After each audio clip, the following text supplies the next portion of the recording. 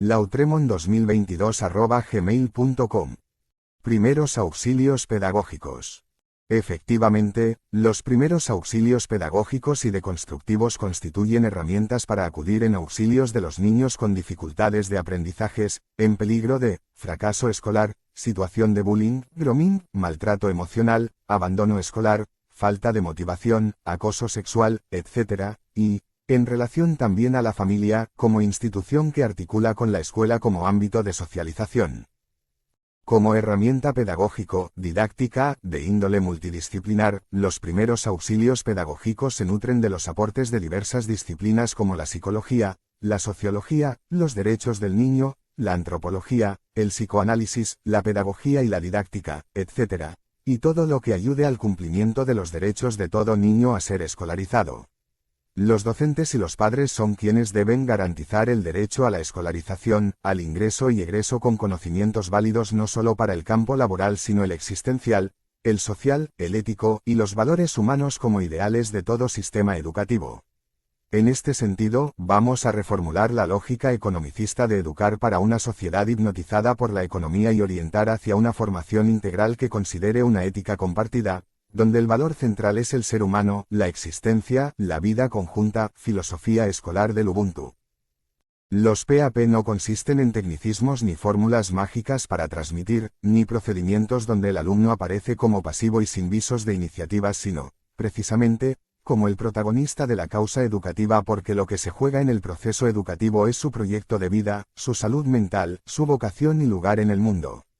Mejor dicho, los PAP constituyen herramientas psicológicas, pedagógicas, comunicativas, etc., que apuntan a dar lugar a la palabra de los niños, niñas, adolescentes y todo educando como forma de posibilitar condiciones de educabilidad pero desde el discurso de los mismos, para disipar el discurso impositivo de toda política educativa y el procusto, en que deviene todo docente al poner hincapié en la raíz, educare, del término, educación. Es decir, el docente que transmite, que instruye, que pinta, que impone una política educativa como línea, sin escuchar a los chicos, sin que el discurso y modelo de mundo de los mismos tengan el menor valor. Mi texto fundacional de los PAP es Primeros auxilios mentales en educación, que se centró en la faz emocional y comunicativa de los apoyos y orientaciones escolares y esta vez nos vamos a centrar no solo en la faz educativa, sino en la deconstrucción de creencias, prejuicios y prácticas que llevan al fracaso escolar, en la dinámica institucional de la escuela, en la comunicación docente, alumno, escuela, familia, generación adulta vs los niños y jóvenes, el tecnicismo vs el estilo docente, los criterios excluyentes vs los criterios de inclusión. Entre otros temas relevantes para acompañar a los niños en su proceso de formación. Asimismo, el aporte de diversas técnicas como la inteligencia emocional, la inteligencia social, las inteligencias múltiples, la axiología escolar, la filosofía del Ubuntu, los derechos del niño, la perspectiva de géneros y el enfoque de derechos, entre otros aportes. Axioma 1. Considerar a los alumnos como nuestros hijos. Sucedió en una escuela secundaria donde una profesora encontró infraganti a un alumno fumando hierbas en el baño. Inmediatamente redactó la nota, informó al directivo de turno, se citó a los padres, y el joven quedó comprometido a tal punto que la docente pidió su expulsión, su castigo ejemplar porque es un delincuente, un adicto, y quién sabe qué otra cosa más, como puntualizó en su nota. Era una escuela verticalista en su organización, con un modelo de gestión y liderazgo autocrático, con climas institucionales frías y potencialmente conflictivas, hasta de cierto temor hasta que tomó el cargo de director el joven formoseño que consideró que la escuela necesitaba democratizar sus vínculos, horizontalizar el poder en el sentido de dar poder a todos, distribuirlo, potenciar todos los roles y no el centralismo y verticalidad del poder, así como la necesidad de trabajar por una escuela continente que integra y protege a los niños posibilitando los espacios que ellos necesitan para crecer en su pasaje por la adolescencia con adultos empáticos, creando en forma conjunta y en equipo, una escuela participativa, democrática, etc., como primeras líneas de intervención. La profesora se enojó mucho cuando el director la asesoró respecto de ciertos términos peyorativos y estigmatizantes hacia el joven, debido a que el acto educativo, la intervención profesional debía considerar los derechos del niño, garantizar la escolarización, evitando todo concepto negativo hacia los mismos, entre otros. Las sugerencias solo incentivaron la furia de la profesora y el tema se encaminó hacia una mediación escolar, herramienta central del PAP y resolución. Tiempo después, apareció otro chico fumando en el baño, notas, etc., y resultó que era el hijo de la profesora, con lo que, las preceptoras encontraron el talón de Aquiles de la misma para devolver, vía efecto boomerang, algunas facturas que ella debía decir de las mismas. Pero se enojó mal porque según ella, aceptaba que su hijo fumase en el baño pero la escuela no hace nada respecto de fumar, que no hay control, etc., con lo que, en pocos segundos acusó a la escuela de que no tuviera recursos para asistir a su hijo. Hasta notitas a la señora inspectora. El equipo de gestión intervino asesorando, otra herramienta del PAP, y tranquilizando a la colega. Poco después en una reunión institucional, herramienta del PAP, el equipo de gestión elaboró un aforismo para repensar muchas cuestiones problemáticas de la escuela, como las repitencias, la deserción, los conflictos, el bajo nivel, las evaluaciones condenatorias, etc., con la consigna central para todo el proceso educativo es que consideremos a los alumnos como si fuesen nuestros hijos. Esto en alusión a la profesora que con su hijo regía plenamente todos los derechos del niño, etc., pero con sus alumnos aplicaba el criterio punitivo o derecho represivo. Todos consideraron como buena la idea aunque en la práctica no se consideraban a los alumnos como hijos, sino como vagos, que no leen, se escapan, fuman en el baño, no tienen motivación, juegan en clase, etc. Siguiendo con la línea de repensar o copensar las representaciones y prácticas sobre los jóvenes y niños, el director preguntó, ¿desaprobaríamos, expulsaríamos, y trataríamos a nuestros hijos como a veces observamos que se trata a los niños y jóvenes en nuestra práctica? El silencio cundió el lugar y como el sentido común dice, con mi hijo nadie se meta, porque estoy dispuesta, a brindarle oportunidades infinitas, hasta la vida, no lo etiquetaría nunca, ni lo criminalizaría jamás, ni menos tratarlo de retrasado mental ni delincuente o adicto, etc. El momento significó la reflexión silenciosa por unos segundos. Es que la pregunta significaba un cambio de paradigma respecto de los niños y sus derechos, así como de la necesidad de cambiar las prácticas, la misma ética que era muy ligera para no apostar por los niños y contundente para el criterio represivo en cómo se dictaban las clases, en cómo se evaluaba en forma descalificatoria, siendo una calificación que descalificaba fácilmente tanto como en la conducta al aplicar criterios condenatorios como la expulsión. Pues bien, la idea del director era ya parte de la línea institucional, y los colegas comenzaban a resignificar sus criterios y sus prácticas, tanto como la cultura institucional que mutó hacia la receptividad, apoyo y el brindar un contexto facilitador de los aprendizajes. Claro es que todo sucedió en el marco de la resistencia al cambio, en el sentido en que nada cambie, aunque con el transcurrir de los tiempos la cultura institucional viró hacia una escuela participativa y dinámica. Podemos sostener entonces que el PAP parte de un axioma, tan evidente como la idea de que los alumnos deben ser tratados como si fuesen nuestros hijos. Es que, en términos generacionales, la brecha generacional, como adultos, ellos son la nueva generación y simbólicamente, nuestros hijos genéricos. Axioma 2, los padres sustitutos, y el socio-paternaje educativo. Todo docente cumple el rol de sustituto de los padres, y cumplen el sociopaternaje, como padres sociales y culturales, porque el déficit de función materna y paterna se completa en la escuela, y la clave radica en asumir ese rol al par que la capacidad para no asumirla en el sentido neto. Es decir, los alumnos son nuestros hijos simbólicos y cumplimos roles sustitutos, de padres sustitutos, porque los niños proyectan roles parentales sobre los docentes en lo que se denomina transferencia, o reedición del escenario familiar, los vínculos con los padres, el cómo son tratados, etc., en la familia.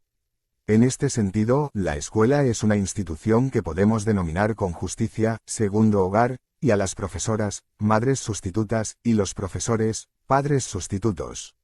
Esto no es nuevo y desde que Freud inventara el psicoanálisis y surgiera la pedagogía psicoanalítica, se consideró el escenario escolar como lugar donde se vuelven a jugar cuestiones familiares.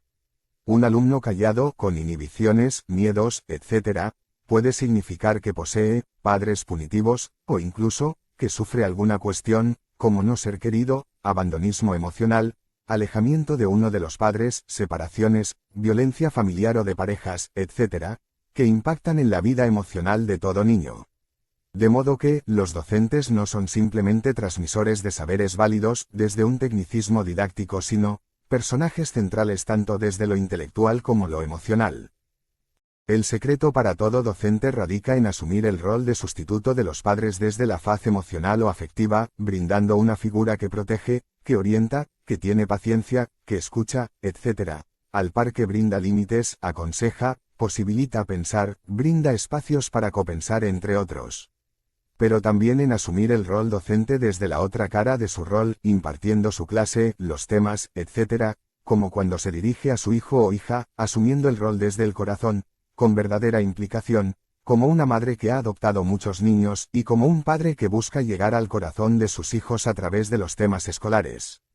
Es decir, un paternaje social y pedagógico que implica comprender el verdadero alcance del rol docente, que no es meramente intelectual o cognitivo sino emocional y estructurante para los niños en procesos de formación de su identidad. Desde el enfoque de primeros auxilios pedagógicos, decimos que todo docente debe apostar, implicarse, jugar el rol que le demanda la humanidad, que no consiste en simples saberes a transmitir sino la faz emocional, de humanización, de estructuración de los niños gracias a adultos que juegan su carta emocional e intelectual, asumiendo el rol de padre o madre sustituta, en su plenitud, como si fuesen sus hijos, haciendo lo que sea en el marco de las posibilidades institucionales y sociales, como una madre más, como un padre más, empatizando profundamente con cada niño o niña, buscando ayudas, pidiendo opiniones, brindando oportunidades y condiciones varias, para que el chico encuentre su identidad, su vocación, su equilibrio, un espacio para repensar su vida, y seguir construyendo su proyecto de vida. Axioma 3. La escuela como segundo hogar. La escuela no constituye una institución más en el concierto de instituciones sociales. Es el lugar de proyección del escenario familiar, de roles familiares, de expectativas, de cuestiones no resueltas, de conflictos no resueltos, etc., con lo que constituye un lugar de demandas, de pedidos de ayudas, de un SOS emocional de los niños que repiten cuestiones que les pasan en sus casas con sus padres, pero también como intentos de resolución muchas veces fallidas porque la escuela se corre de su lugar de segundo hogar, en nombre del tecnicismo didáctico pedagógico. Entonces, la escuela debe ser un ambiente facilitador, donde los padres sustitutos, o profesores y maestras, brindan condiciones, medios, recursos, espacios, etc., para el desarrollo de los potenciales de cada niño y adolescente, y sin que esos niños sean y adolescentes sean considerados como malos, trastornados, condenados sociales, discapacitados mentales o enfermos, etc. Ninguna madre o ningún padre considerarían de tal forma a su hijo, y si acudimos a la faz de sustituto del hogar que significa la escuela es porque lo es. Entonces, las instituciones son proyecciones del grupo primario o familia y donde se vuelven a jugar muchos roles estructurantes de la subjetividad y donde los adultos deben garantizar que sus hijos sociales y adoptivos desde lo emocional, y no solo intelectual, tengan un segundo hogar verdadero. Axioma 4. Me amas de palabras, mas tu corazón lejos está de mí. Jesús. San Martín solía decirle a Mercedita que en materia de conocimientos era mejor llegar desde el corazón antes que desde lo intelectual.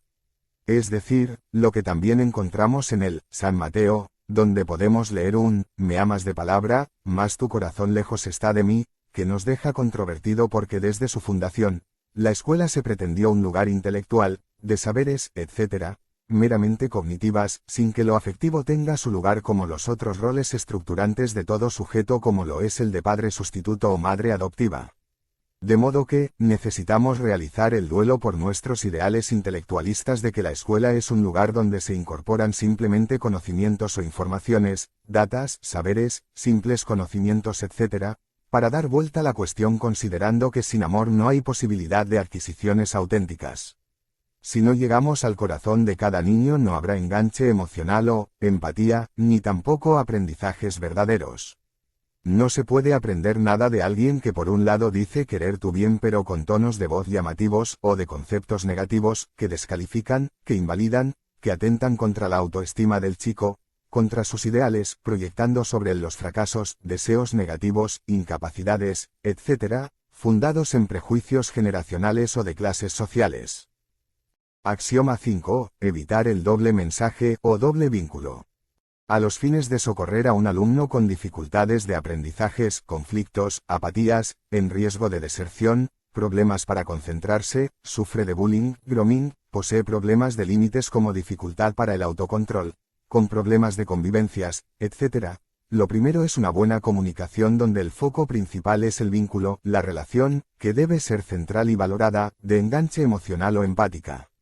¿Cómo es una buena comunicación? Desde la Teoría de la comunicación humana, de la Escuela de Palo Alto, con Paul Bachelawicz, Gregory Bateson, etc., resulta posible conocer la comunicación patológica, en el sentido en que genera conflictos, malentendidos, manipulaciones, agresiones, etc., y que fue considerado como doble vínculo, o doble mensajes.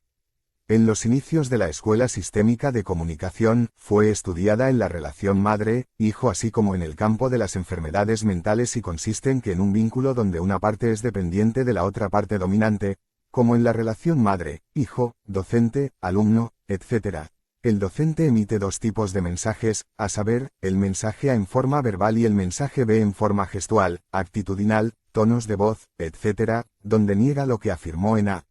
El ejemplo es el docente que verbalmente afirma que aprecia a los chicos pero desde gestos, actitudes y movimiento que existen objeciones, etc. En sentido extensivo, un docente puede apreciar que su trabajo son los niños, que posee una misión como la de educar, etc., pero en la práctica, manifiesta poca paciencia por los chicos, no busca empatizar con los mismos, conocer sus respectivos modelos de mundos, opinión sobre la escuela, sus ideales, dificultades, etc., que posibilitan el armado del vínculo como enganche emocional, sin el cual no habrá aprendizajes significativos, David Ausubel, ni asimilaciones sustanciales. Si lo vemos desde Jean Piaget, el docente imparte su clase con las mejores intenciones según afirma, y además como su deber, pero resultan casos que no llegan a cumplimentar los objetivos, expectativas o metas, con lo que, en el plano emocional, en el tono de voz, y en sus reacciones emocionales, está transmitiendo otra cosa, como descalificaciones de los chicos, que no les interesa el saber, y utilizando la intelectualización, donde desafectiviza la comunicación en el nombre del rechazo de los chicos por su condición cultural. Pertenecer a barrios pobres, asentamientos, etc. Es decir, hablamos, compartimos tiempos, dialogamos pero en forma vacía, sin empatía emocional, sin interés franco en que tales niños puedan llevarse algo que les sirva para enfrentar el capitalismo salvaje. Axioma 6. Aspectos vinculares y aspectos de contenidos en la comunicación. De nuevo vamos a considerar aportes de la teoría de la comunicación humana, para ayudar a los niños a transitar el proceso educativo con aprendizajes sustanciales, que así, dejan de ser meros contenidos intelectuales porque implican intercambios emocionales, vinculares, de sujetos que se valoran, se escuchan e intercambian conocimientos útiles para el proyecto de vida y la sana convivencia. Por ello, toda situación comunicativa implican dos aspectos o niveles muy importantes para diferenciar. Una es el tema o contenido que se trata, lo que el docente viene a transmitir o procesar y los aspectos de relación, o el tipo de vínculo que el docente y los alumnos conforman, porque si no se construye el vínculo como la conexión emocional como el famoso rapport empático, como enganche emocional, no habrá tampoco éxitos en los aprendizajes ni la superación de las dificultades escolares del momento. Entonces, de una cara tenemos los aspectos de contenidos y del otro los aspectos de relación, el tipo de relación, como un quien enseña y quien aprende, quien manda y quien debe obedecer, se interesa por lo que opinamos, le importamos un montón, nos escucha y nos da la palabra, etc. Es decir, los vínculos o también el estilo de convivencia que nos lleva hacia los acuerdos de convivencias, cruciales para una sana convivencia escolar y de aprendizajes sustanciales. Axioma 7. Dinámica de la inversión de roles o empatía, la doble empatía necesaria del docente. La capacidad para invertir los roles y ponerse en el lugar de los educando es lo que se conoce también como empatía. Consiste escuchar para comprender y no para calificar o descalificar la comunicación de los demás. No significa que se acuerde con todo lo que logramos comprender, sino la necesidad de comprender el mensaje y poder responder en consecuencia. Entonces, la empatía consiste en un ponerse en el lugar de los niños desde el plano conceptual a partir de lo que nos dicen, a partir de sus opiniones, etc., lo que requiere un encuadre facilitador de la participación en el marco del respeto por la diversidad y la búsqueda de igualdad ante la ley, la perspectiva de géneros, etc. La clave es dar la palabra a los niños como aconsejaba la psicoanalista Françoise Dolto. Le sumamos la escucha atenta, lo que posibilita comprender y orientar a partir del mismo. Las técnicas psicodramáticas como el juego de roles, el mismo uso del psicodrama pedagógico, la metáfora teatral de la educación, con mucha participación de los niños, llevan a grados crecientes de participación y de nuevos aprendizajes. Axioma 8, del docente, pintor, al docente, escultor. Los docentes que llegan a empatizar con los niños y desarrollan autoridad pedagógica, son los que ayudan a los niños a construir aprendizajes significativos.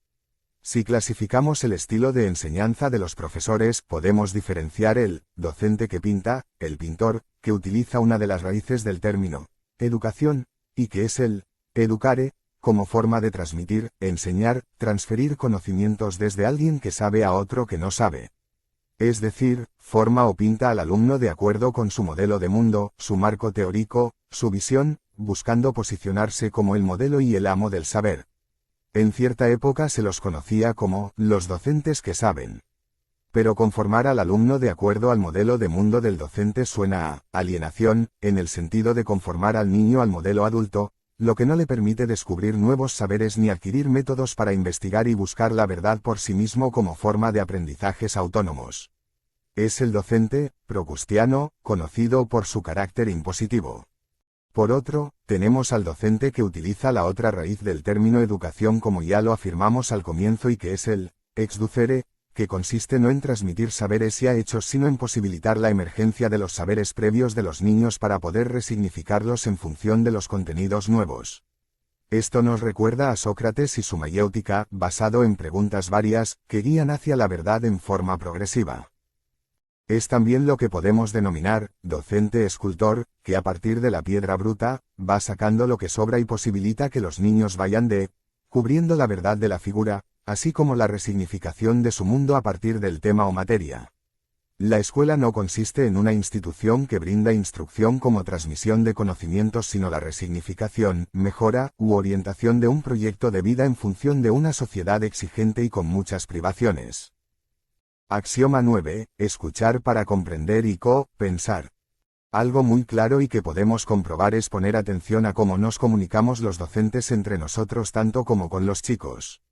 Y es que no escuchamos para comprender o entender el mensaje sino para juzgar si es exacta o no, buscando imponer nuestra idea, desde un preconcepto de que el pensamiento crítico opera de esta manera. A la comunicación impositiva en que consiste esta manera de comunicarse, se lo define como muy normal y hasta se considera que el pensamiento crítico constituye uno de los ideales de la educación. Pero es un error de apreciación de lo que debería ser el pensamiento crítico, no la crítica excluyente de otras ideas para refutar, imponerse en una discusión, demostrar que la otra parte está equivocada, humillando, etc., sino, como consideraba Platón el pensamiento dialéctico, proponer una idea y su crítica, con lo que, las críticas debería ser al propio modelo, al propio marco teórico, etc. Pero a ello, le agregamos que debería ser un pensamiento conjunto, para lograr copensar en forma autocrítica y entre dos o más. Siendo entonces, un pensar en conjunto, como producto colectivo. Contrariamente, lo que se promueve es que yo soy el que estoy en lo cierto y todos están equivocados y me enojo si no aceptan mis ideas. A eso conduce el pensamiento crítico impositivo actual, no parte de la autocrítica de las propias ideas y se torna impositiva, autoritaria. Entonces, podemos orientar, empoderar, ayudar, y cumplir nuestro rol de garantes de los derechos del niño a la educación asumiendo una comunicación para comprender el mensaje, el punto de vista del chico, y a partir de allí intervenir a los fines de resignificar ideas, sumar, orientar, etc. Axioma 10. Diluir las invalidaciones intelectuales, sociales y emocionales. Una manera muy positiva de auxiliar a los chicos, a los adolescentes y jóvenes en su trayectoria educativa caracterizado por un marco de exigencias, responsabilidades y tareas impuestas que presionan a los mismos, despertando desde sumisiones, rebeldías, malestar, tendencia al conflicto, violencia escolar por la frustración, etc., y que podemos revertir cambiando el enfoque sobre cómo pensamos la niñez, la infancia, la adolescencia. y son las descalificaciones de los mismos, ya sea por lo intelectual, por su capacidad intelectual, sus habilidades deficitarias o incapacidades, por lo emocional o sus conductas poco adaptadas a una institución lleno de normas, etc. Es decir, el adultomorfismo que mide al niño desde la visión adulta, sin poder bajar al nivel de los mismos, y poder así comprender el mundo de los mismos, el punto de vista, lo que esperan, sus miedos e inhibiciones, etc. Muchos adultos aplican etiquetas tipo retraso mental. Por la cultura psicológica imperante y tal rótulo como otros sirven como herramienta para descalificar y no esperar mucho de los niños, cuando el rol docente es precisamente despertar las habilidades dormidas de los mismos. Ir en auxilio de los mismos para facilitar el pasaje desde el desconocimiento de muchos temas al del conocimiento, implica expectativas positivas, que superen el etiquetaje que conduce finalmente a que todo docente pruebe su profecías autocumplidas, los prejuicios sobre los niños que buscan instalar, estructurando el campo escolar a tal fin sin considerar la visión de los niños y jóvenes sobre la escuela y sus procesos. Volvemos a recordar lo que ya afirmamos al principio, y es la idea de que ningún docente pensaría mal de su hijo, ni lo consideraría un incapaz, un retrasado mental, etc., y pondría toda su voluntad para empujarlo hacia el éxito. Todo padre busca la manera de conectarse con su hijo o hija, cuando las cosas no marchan como se esperaba, y la cuestión es que el acceso a los mismos es por la vía emocional y nunca por palabras vacías de afectos. La segunda forma de descalificación de los chicos como forma de invalidación de su subjetividad, y como falta a sus derechos, es la emocional, y allí se utilizan igualmente recursos psicológicos y etiquetas, pero esta vez emocionales, como la consideración de que el chico es enfermo mental, un hiperactivo, un tarado, un conflictivo, padece de depresión, muchos problemas, etc., y no aprende por eso. Es decir, el uso instrumental de los conceptos sobre enfermedad mental, trastornos de la personalidad, alteraciones o problemas emocionales. De nuevo recordamos a los padres apostando por sus hijos, buscando la manera de acceder a su mundo, a las razones de su desgano o falta de motivación, y podemos llegar a encontrar una crisis adolescente, una depresión, problemas de amor propio de los jóvenes, ser víctima de bullying, grooming, maltrato por un adulto, violencia escolar, entre otros. Es decir, los chicos pueden tener alguna problemática emocional porque precisamente, la infancia implica ciertos conflictos pasajeros y nunca fijos e inmutables, y de lo que se trata es encontrar la manera de empatizar, poniendo orejas, buscando comprender lo que dicen sin descalificar ni utilizar ideas negativas como los rótulos emocionales. Los padres apuestan por sus hijos, y todo docente debería considerar que cada año adopta como hijos simbólicos todo el curso y los cursos que posea. Lo cual implica todo un proceso de adopción de sus nuevos hijos, pero no solo desde la palabra, sino sobre todo, desde lo emocional, tomando una postura similar a cuando estamos ante nuestros hijos, a quienes brindamos lo mejor de nosotros, deseándoles además que les vaya lo mejor posible en la vida. Todo viene por lo afectivo, adentrándose en sus respectivos mundos por el corazón, y no tanto por la mente. Finalmente, la tercera forma de invalidación o descalificación de la subjetividad de los chicos proviene de su condición social, de su extracción de clases, como las ideas que se sostienen de que son pobres, no comen bien, etc., por lo que piensan menos, equiparando pobreza económica con pobreza de capacidades mentales. Es la clásica consideración clasista, aporofóbica, como discriminación del pobre por la élite de docentes bien formados, cultos, que han leído a Sartre y Platón, etc., y los chicos ni saben nada de nada. Además, son problemáticos, desertan, se pelean, no les importa la escuela porque cartonean, son de familias monoparentales, se drogan, viven en lugares peligrosos, etc., con lo que la condena social se aúna a la condena escolar. ¿Qué padre haría tal cosa por su hijo? Sin lugar a dudas que un verdadero padre o madre lucharía porque su hijo ingrese y egrese con los mejores conocimientos, y nunca pensaría que su hijo tiene dificultades por el lugar en el que vive. Es decir, por la extracción de clases. Buscaría la mejor manera, acudiría a especialistas, se asesoraría como hacen todas las madres, y apostaría toda su voluntad emocional para rescatar a su hijo o hija. Es también su deber como padre porque la ley es muy claro al respecto: los adultos deben garantizar el cumplimiento de los derechos del niño como obligación adulta. Lo mismo los docentes, solo que con sus hijos adoptivos, donde necesitan considerarlos como tal. A tal fin, el acceso es emocional, interesándose por ellos, desde una empatía comunicativa, para hablar en el mismo canal, aunque manteniendo la asimetría de un adulto que orienta la clase. La gran enseñanza de Comenius. Comenius decía que si los alumnos fracasan necesitamos revisar nuestros métodos de enseñanzas y sin lugar a dudas que tal proceso se dio en la educación. Recordemos a Vaquero y su matriz comeniana, buscando métodos diversos, alternativos, cambiando las estrategias didácticas, buscando la manera de optimizar la enseñanza. Pero todo el tema acaeció en el campo intelectual, tanto en cómo se enseña como en cómo se aprende.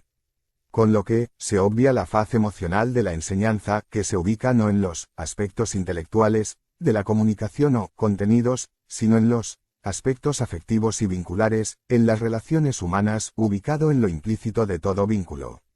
En los aspectos de contenidos tratamos los temas, pero en los aspectos vinculares en la naturaleza del vínculo, los roles, sobre quién dirige la clase y quiénes son los dirigidos, etc., y sus características que no debe ser autoritaria ni anárquica. Es decir, quién manda en la clase y quiénes deben obedecer y cumplir con las tareas. Es en este plano donde se cuecen habas y los docentes suelen comunicar muchas reglas, órdenes que son dadas de una manera impositiva, con gestos y actitudes que solo despiertan la rebeldía del chico ya cansado de órdenes como en su casa. Es decir, muchas reglas y pocos afectos. A los docentes inseguros les suele pasar que asumen un liderazgo autocrático, impositivo, exigiendo en demasía, con lo que anula todo el proceso porque los chicos desean cumplir con toda tarea pero con buena onda. No olvidemos que sienten, se enamoran, se encuentran en un grupo con historia, donde cumplen roles, tienen famas, una identidad grupal, y cierto prestigio, etc., que a veces derrumbamos cuando los retamos ante sus compañeros. Entonces, agregamos a la matriz comeniana la faz emocional, los aspectos vinculares y afectivos, en cómo definimos los vínculos y sobre todo, del cómo deben ser.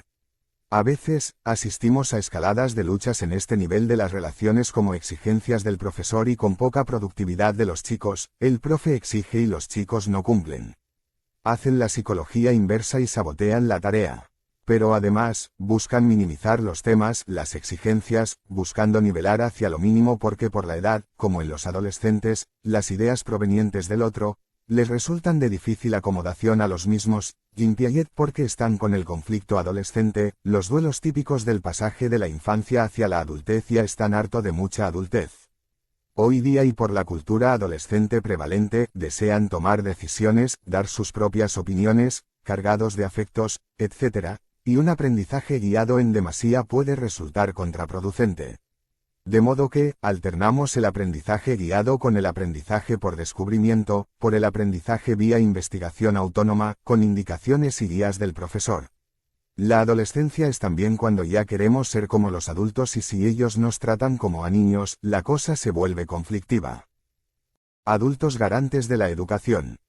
La costumbre de proyectar sobre los niños y jóvenes las razones de la falta de aprendizajes a veces nos llevan a olvidar que debemos buscar la manera de cumplir con el derecho a la educación de los niños.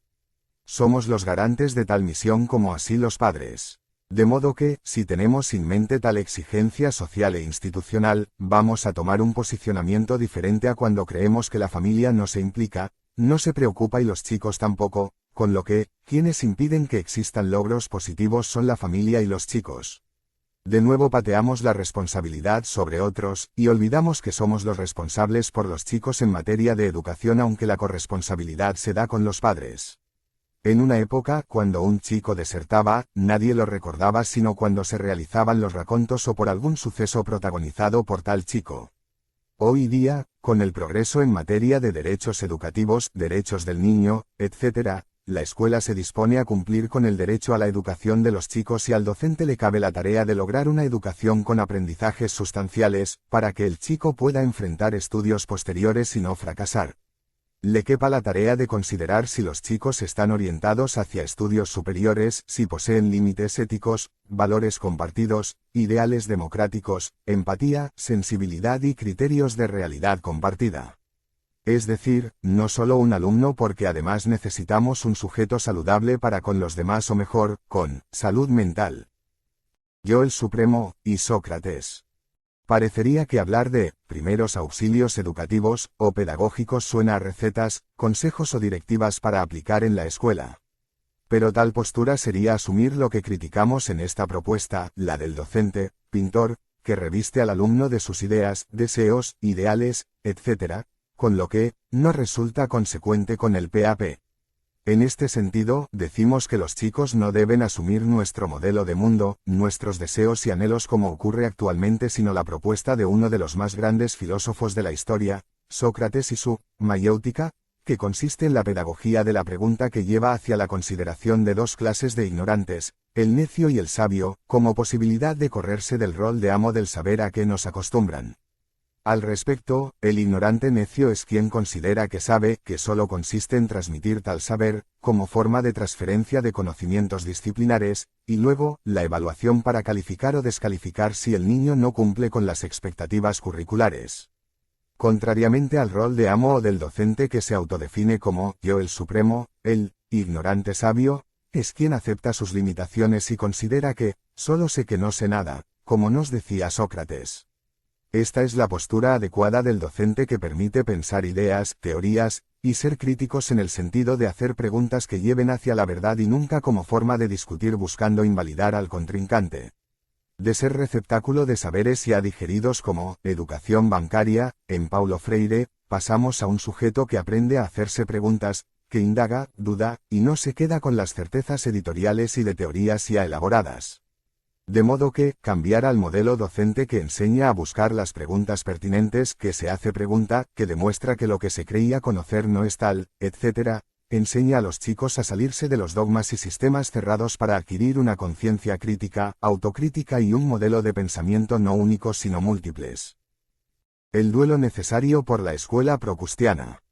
La escuela es procustiana, siendo fiel a la figura de Procusto, un bandido del Ática que era muy bueno con los transeúntes dándoles de comer, beber y cuando se dormían, procedía a atarlos a uno de sus lechos, el pequeño, donde siempre sobraban cabezas y piernas, con lo que y con el objetivo de que cuadrasen en su lecho, procedía a cortarles la cabeza y las piernas sobrantes.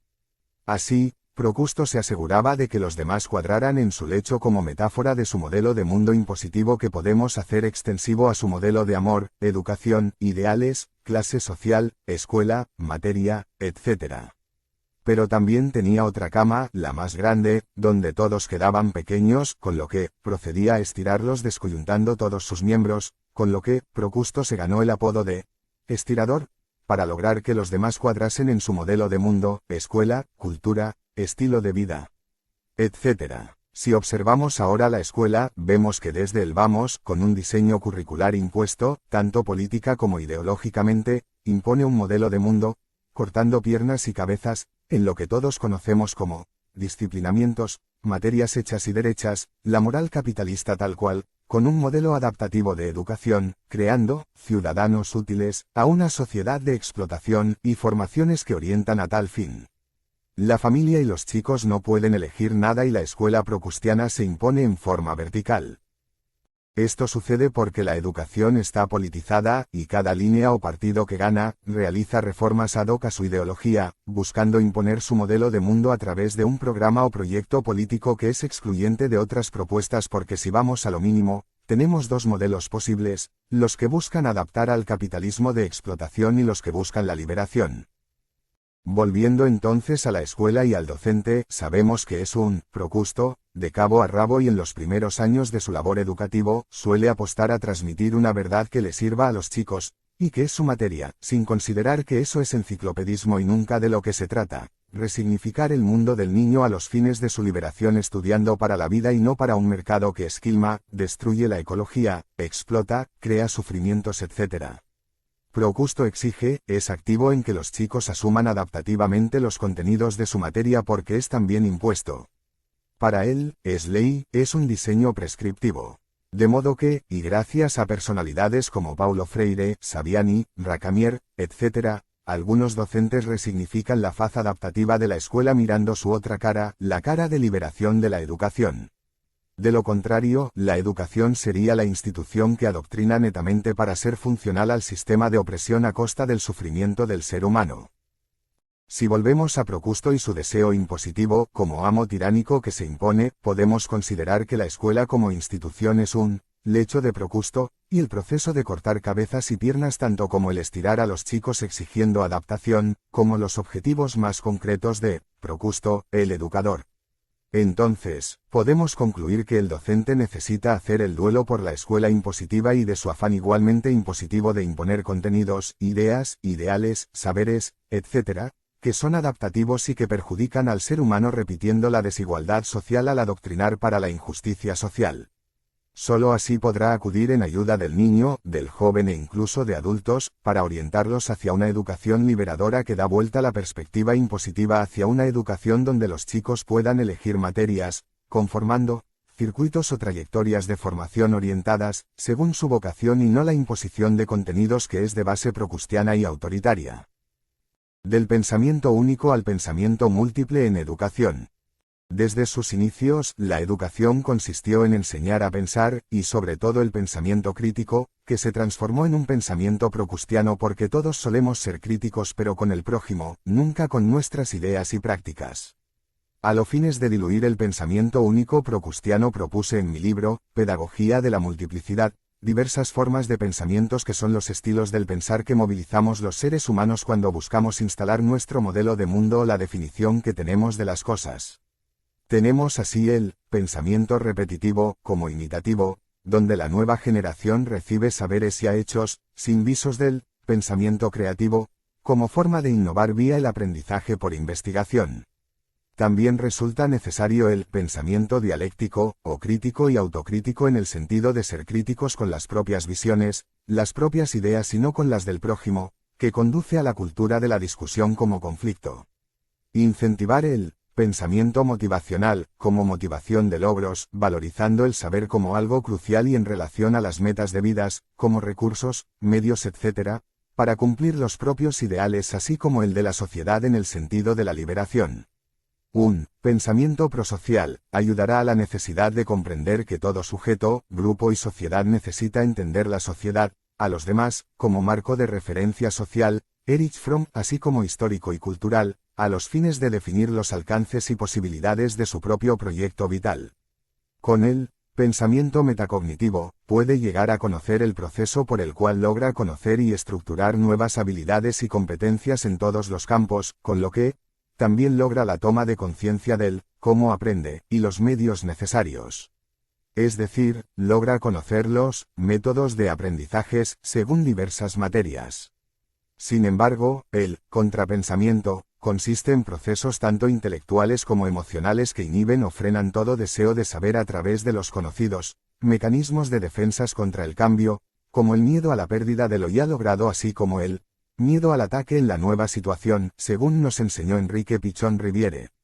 Pero además, las defensas más conocidas como la negación del valor del conocimiento, las autojustificaciones o racionalización, la proyección de intenciones, conflictos etc., que no visibilizan la necesidad de conocer.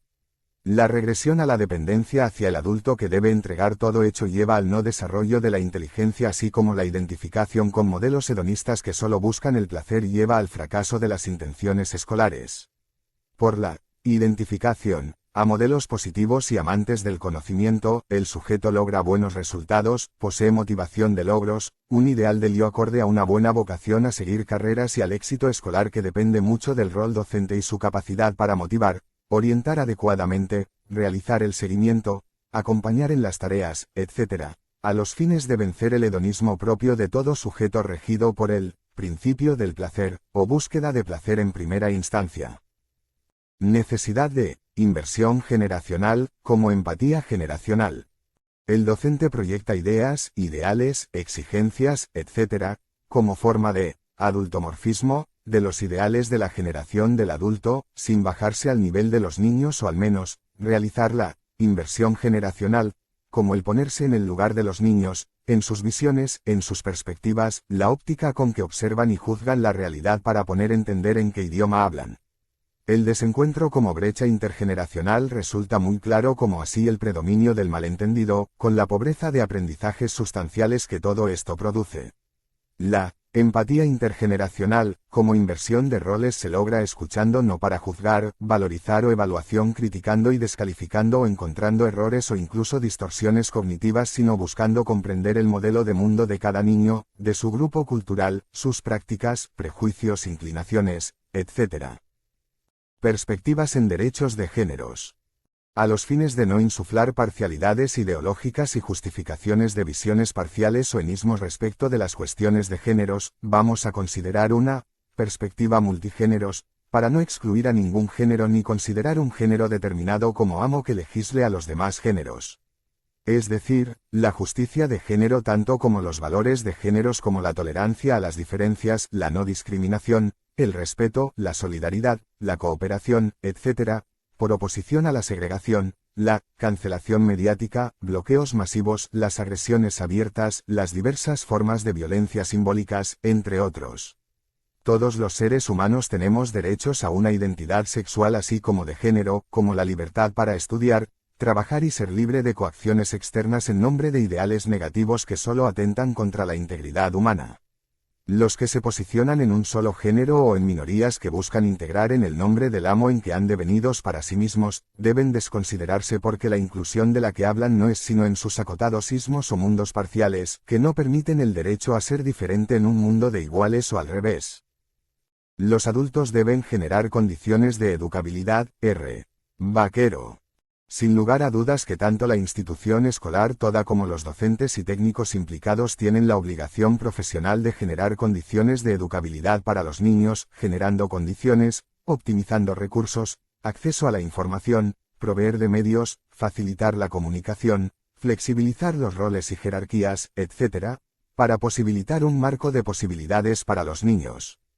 Facilitar la participación de los niños, dar la palabra a los niños, incentivar el valor de sus propuestas, experiencias tanto individuales como grupales, así como el protagonismo de los mismos lleva a las condiciones citadas de educabilidad que es el deber de todo adulto responsable. Lo que se juega en la escuela. Los fines de la educación y de cada nivel deben respetar que lo que se juega en la escuela es el proyecto de vida de niños y jóvenes. La educación no puede ser solo para un mercado ávido de bienes de consumo o en forma exclusiva para el mundo laboral porque se educa para precisar un proyecto de vida, que incluye además el proyecto vocacional o laboral pero como uno de sus componentes. Es decir, lo que la mayéutica escolar, tanto como el exducere educativo deben incentivar la construcción de un proyecto de vida en función de las posibilidades de cada sujeto y en concatenación con el proyecto social y socioeconómico, porque el niño vive en una sociedad en particular con sus problemas y proveerle de herramientas de adaptación y recursos para lidiar con las dificultades aparece como fines educativos de primera mano. La isla siniestra, y su enseñanza.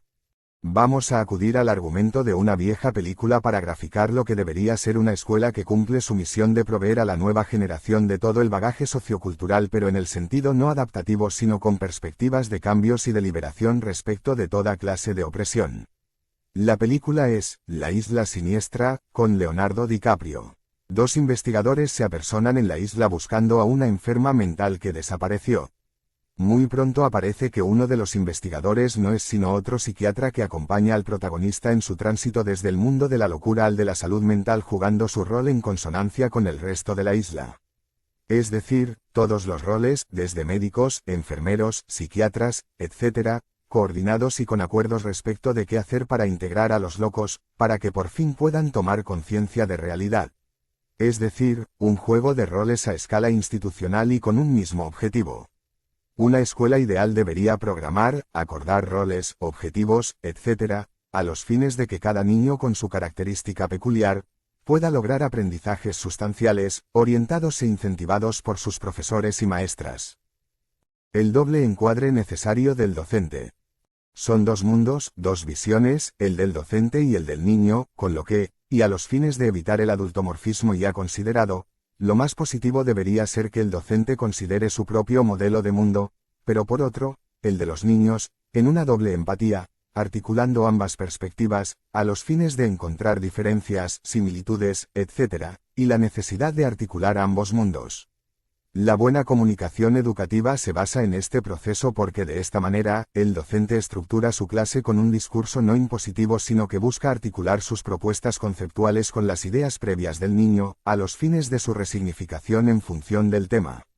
No consiste en informar o instruir sino en la resignificación de su mundo en función de lo que la escuela le ofrece. Si hay conflictos marcados de ideales de vidas, de intereses, trayectoria de vida a seguir, el fracaso escolar es lo más seguro, pero si el docente enseña a partir de lo que conoce de los chicos y posibilita tareas que apunten a articular ambos mundos, el éxito escolar es lo más seguro. El uso de la inteligencia emocional. A los fines de una clase productiva y de aprendizajes significativos, David Ausubel, el docente puede considerar que no basta con conocer la materia e incluso su didáctica como el qué, cómo, cuándo enseñar y evaluar porque medían cuestiones emocionales y comunicativas que pueden perturbar la sana educación. A tal fin, la teoría de la inteligencia emocional de Goleman provee de herramientas para facilitar una comunicación empática y productiva. Podemos empezar por la empatía como el ponerse en el lugar de los alumnos que aludimos más abajo. Ello permite conocer sus ideas previas para poder estructurar una clase acorde con lo que los chicos pueden llegar a elaborar o metabolizar. A veces no lograr metabolizar los saberes que son de altos contenidos conceptuales o en demasías. Seguimos con la necesidad de motivar y despertar el gusto o deseo de aprender a través de indicaciones de la utilidad futura o actual de los saberes. Se estudia para la vida pero también para un buen proyecto de vida, el campo social, ser un ciudadano que percibe a los demás, posee valores compartidos, ideales positivas, etc., como finalidades de toda educación. Otro aspecto de la inteligencia emocional es el autocontrol de las emociones como gestión de las mismas con fines adaptativos, lo que hoy día constituye un tema para la escuela. Los problemas de límites abundan y los niños viven dominados por la vida emocional, el deseo de jugar, obtener placer, etc., como principio del placer, que debe ser contrarrestado por el principio de realidad, de asumir responsabilidades. También la enseñanza de habilidades sociales, instrumentales, roles, etc., como habilidades interpersonales, comunicativas, desde las disciplinas inherentes a los fines de proveer a los mismos de herramientas para la vida. No está de más recordar la necesidad del autoconocimiento de los puntos fuertes y débiles a los fines de poner hincapié en tales y lograr un alumno que logra sus objetivos y las de la escuela. Una nueva filosofía de la educación, el Ubuntu. Es muy conocida la anécdota del antropólogo que invitó a los niños de una tribu del África a competir en un juego donde el que llegaba primero ganaba todos los caramelos. Los niños no corrieron para superarse entre sí como acostumbramos en nuestra cultura occidental sino juntos, se tomaron de las manos y llegaron todos juntos y degustaron juntos los caramelos. Sorprendido, el antropólogo preguntó de las razones y la respuesta fue que en su cultura ganan todos, que lo adecuado es que todos puedan acceder a ganar y a disfrutar de los caramelos. De la misma manera, tanto los docentes como los alumnos, debemos realizar un proyecto institucional gratificante y adecuado para todos, donde no exista competencia desleal, falta de cooperación, exclusiones, bullying, etc. Sabemos que ello puede resultar difícil en una cultura individualista y no comunitaria como el citado caso, pero tampoco puede ser imposible lograr el Ubuntu, como filosofía sudafricana vinculado con la necesidad de cooperar en la causa de todos, a la causa colectiva, donde el individualismo es impensable. Ubuntu significa que somos porque los otros son y ello excluye toda clase de descalificaciones, la consideración del otro como incapaz, inferior, ignorante, o discapacitado, etc. Somos porque los otros son, es la premisa de esta filosofía colectivista y cooperativa. El aprendizaje cooperativo y solidario puede ser un buen ejemplo pero requerirá de enfoques grupales, criterios grupales, actividades también participativos y con el protagonismo de todos. Las dificultades intelectuales ocultan aspectos emocionales. Resulta muy claro que las cuestiones intelectuales, o mejor, las dificultades intelectuales que todo docente e integrante del gabinete de OE pueden encontrar en los niños, se vinculan con aspectos motivacionales o emocionales. Ello se debe a que todo aprendizaje se basa en la inteligencia como proceso de adaptación tal como lo conocemos en Jean Piaget o incluso, en Howard Gardner, con sus inteligencias múltiples, porque la inteligencia se relaciona de forma intrínseca con los aspectos motivacionales o emocionales, con lo que, cuando existen impedimentos, dificultades, desniveles entre un chico y otro o incluso de diagnóstico de retardo mental, tenemos que escuchar la historia del niño, lo que nos cuenta de su vida y que de alguna manera perturba su sano juicio como estudiante.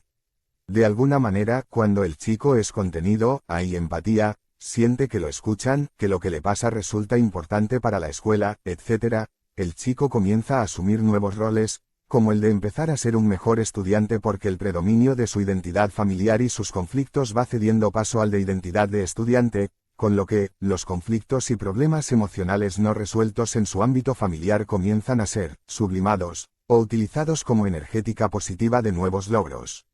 Incluso, en el caso de los EOE o de docentes empáticos y predispuestos a indagar y conocer la historia del niño, el proceso de elaboración y localización de lo que lo perturba en su historia familiar puede ser superada, llevado al plano de la conciencia, despotenciada sus motivos inconscientes, con lo que, el niño se va liberando de tales conflictos y mejora sus desempeños.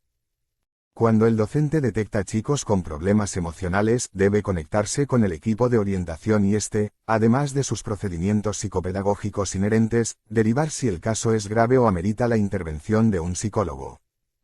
El empowerment de niños y jóvenes.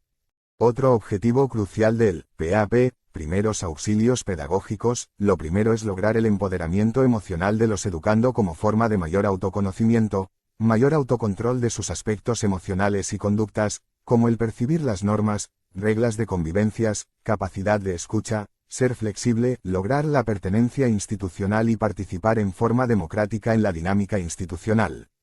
Es decir, lograr poder de autocontrol, de criterios consensuales como realidad compartida, mayor conciencia del papel de la escuela en su proyecto de vida, en su vocación y aprovechar los conocimientos como momentos de su carrera como estudiante apuntando a la función propedéutica de la escuela.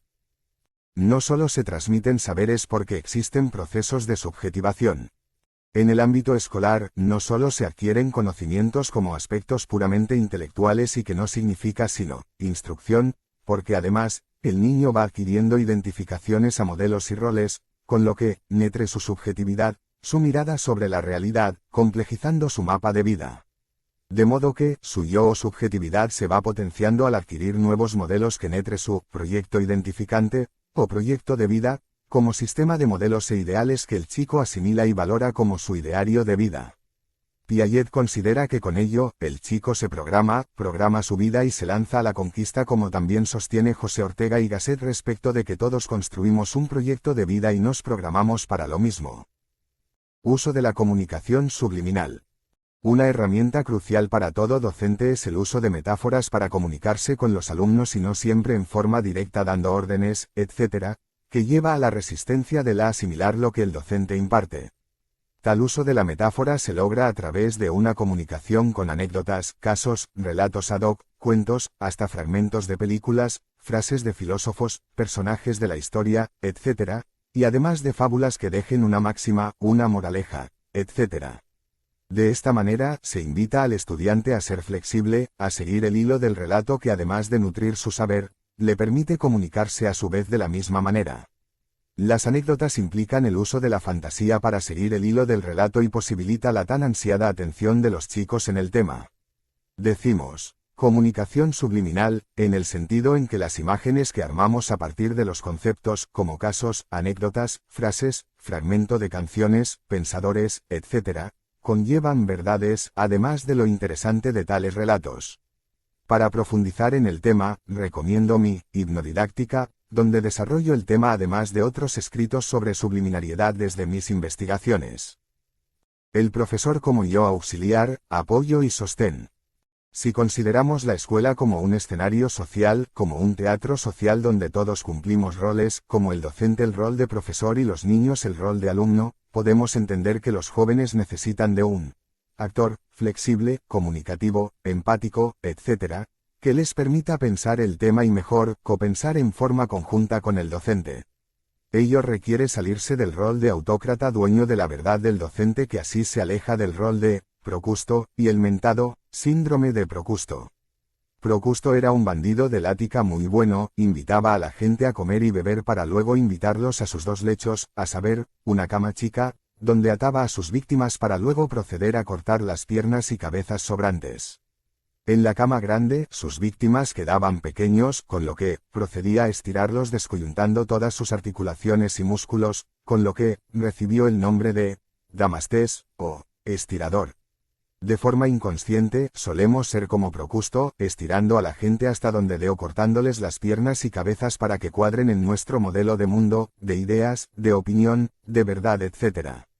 Salirse de este rol nefasto nos puede llevar a ser un acompañante emocional comprensivo de los chicos en la dura tarea de estudiar en momentos de su crecimiento donde también experimentan cambios, conflictos como en la adolescencia, además de exigencias para las que no siempre están preparados. Sumado a la empatía, la capacidad de escucha, la comprensión de que como docentes estamos para acompañar y dar apoyo emocional a los chicos, ayudarán al rol de yo auxiliar y modelo ejemplar para los chicos que así ven incrementados sus respectivos modelos de mundos, su subjetividad, seguridad y formación. Distancia óptima o neutralidad emocional, para entrar y salir del problema orientando en forma adecuada. Una regla crucial en lo que hace a procesar problemas emergentes en la escuela con alumnos con problemas emocionales, de conductas, desatentos, hiperactivos, abandónicos y desertores, etc., así como de casos de bullying, violencia escolar, etc., es que nos impliquemos, escuchemos el caso, le demos la importancia en el marco del rol docente, trabajar con el EOE, etc., paro con la regla de la distancia óptima, para mantener cierta distancia y poder así comprender el tema y acompañar al niño o joven hacia la resolución educativa de los problemas. Es una forma de alejarse de la ley del talión, de tomar medidas represivas desde el derecho represivo, y poder dar oportunidad para reparar, aprender sobre el suceso y resolver las problemáticas vinculares, etc., en el sentido educativo de nuestra función. Transformar el problema en virtud. En la escuela, se debería hablar menos de retraso mental, problemas emocionales, niños malos, etc., porque constituye una situación de aprendizaje donde todo emergente debe ser procesada a los fines de que los chicos puedan cambiar, aprender nuevas normas y reglas de convivencias así como ensayos y errores sobre los diversos temas orientados por docentes que se bajan del caballo para asistirlos, explicarles varias veces, realizar el seguimiento y cumplir los derechos del niño a la escolarización. De modo que, todo conflicto, todo malentendido, incluso de violencia escolar, bullying, etc., deben ser considerados como una oportunidad para aprender sobre convivencias, sobre valores, sobre el ser humano, la comunicación, la ética, los roles, etc., etc., y no como momento judicial para establecer culpables y condenas. Son oportunidades y deben ser transformadas en un momento importante que ayuda a nutrir la educación de los mismos y como momento para aprender a convivir, a ser, a conocer y aprender a pensar. PAP en dispositivo de red y en modo rescate. Dispositivos de orientación y empoderamientos. Centro de OVO, como dispositivo de participación, el Centro de Orientación Vocacional Ocupacional, ayuda a que los chicos se orienten hacia su proyecto de vida, su proyecto laboral, participando en actividades y talleres que incrementan la pertenencia institucional, la identificación con sus objetivos de inclusión, además de nutrir la vocación de los mismos como una misión crucial de la escuela. Afianzar un proyecto de vida vertebrado por la vocación, ayuda a que los chicos sublimen sus conflictos, pasaje adolescente difícil, malestares, etc., porque el grado de participación evita el malestar escolar. Centro de Mediación Escolar. El Centro de Mediación Escolar constituye otro dispositivo de participación y nutrición emocional que empodera a los chicos en el sentido de sus derechos, la gestión de sus conflictos, problemas y malentendidos al operar como mediadores estudiantiles, junto a docentes mediadores como así de jerárquicos que intervienen cuando los chicos no han logrado solucionar las diferencias. El centro de mediación constituye además un lugar para impartir talleres sobre prevención de violencia escolar, bullying, etc., a través de talleres, mesa redonda, ponencias, vídeo, debates, etc., organizados y coordinados por los mismos chicos como forma de dar la palabra a los chicos, según nos aconseja la psicoanalista Françoise Dolto. Counseling escolar, como dispositivo de consejerías puede abarcar diversas propuestas, como el asesoramiento sobre ESI, métodos anticonceptivos, embarazo adolescente, abortos, enfermedades de transmisión sexual, así como cuestiones de géneros, violencia de géneros, maltrato infantil, recurseros sobre dónde acudir en cada caso, etc., y coordinados por el Centro de Estudiantes, Docentes Profesionales, profesionales en el formato voluntariados, programas específicos, entre otros. Como dispositivo de orientación ayuda a empoderar a los chicos así como a nutrir sus conocimientos sobre diversos temas afianzando la identidad y pasaje orientado por la adolescencia actual. Se podría incluso incluir un consejero psicológico o counselor, y articular con el EOE, materias como salud y adolescencia, psicología, sociología, etc., para acordar proyectos conjuntos preventivos y empoderamientos de niños y jóvenes. Observatorios del fracaso y el éxito escolar, un observatorio del fracaso escolar coordinado por docentes y alumnos, el centro de estudiantes, el EOE, etc., ayuda a obtener datos sobre eficiencia interna o estadísticas, a los fines de enfocarse sobre los datos donde observamos porcentajes elevados de deserción, repitencias, violencia escolar, etc. Pero la observación de tales no debe impedir el análisis de los datos de eficacias escolares como éxito escolar a los fines de conocer los procesos educativos que llevaron a tales. Tales datos ayudan a conocer cómo lograr el éxito escolar y promover los procesos que la facilitan. El psicólogo de la escuela, desde hace muchos años que se pide el psicólogo en la escuela para una derivación inmediata desde el EOE como forma de cumplir con los derechos de los niños y jóvenes a la educación con salud mental. Muchos casos de ideación suicida, adolescencia difícil, problemas emocionales derivadas de crianzas deficitarias, etc., ameritan al profesional de la salud mental y es también el derecho de los niños a una educación sana desde lo mental y emocional. El médico, de invaluable valor, un médico en la escuela ayudaría a la atención in situ de aquellos casos de emergencias médicas, que hasta hoy día se derivan a la salita o UPA del barrio. Al mismo tiempo, el médico puede ayudar en la promoción de la ESI junto al psicólogo logrando enfoques interdisciplinares sobre muchos temas problemáticos de la adolescencia, obesidad infantil y juvenil, bulimia y anorexia, ESI, prevención del embarazo adolescente, orientaciones sobre el ciclo menstrual, métodos anticonceptivos, enfermedades propias de la niñez y la juventud, desnutrición, malnutrición, entre otros. El trabajador social de la escuela, sabemos que el EOE incluye un trabajador social pero el derecho de los niños amerita un trabajador social para intervenir en el plano institucional, en el plano vincular, la convivencia escolar, en el sentido también preventivo, con proyecto propio e interdisciplinar, aunando escuela, familia y niñez desde una articulación feliz. Centros de derivación de casos, CIC, UPA, etc., organizar un recursero institucional con informaciones sobre recursos comunitarios, CIC o Centro de Integración Comunitarias, UPA, etc., donde los niños y familias pueden acudir para la atención primaria de la salud así como en talleres varios vinculados con la educación desde apoyo escolar, orientación sexual, prevención de violencia familiar, de parejas, etc.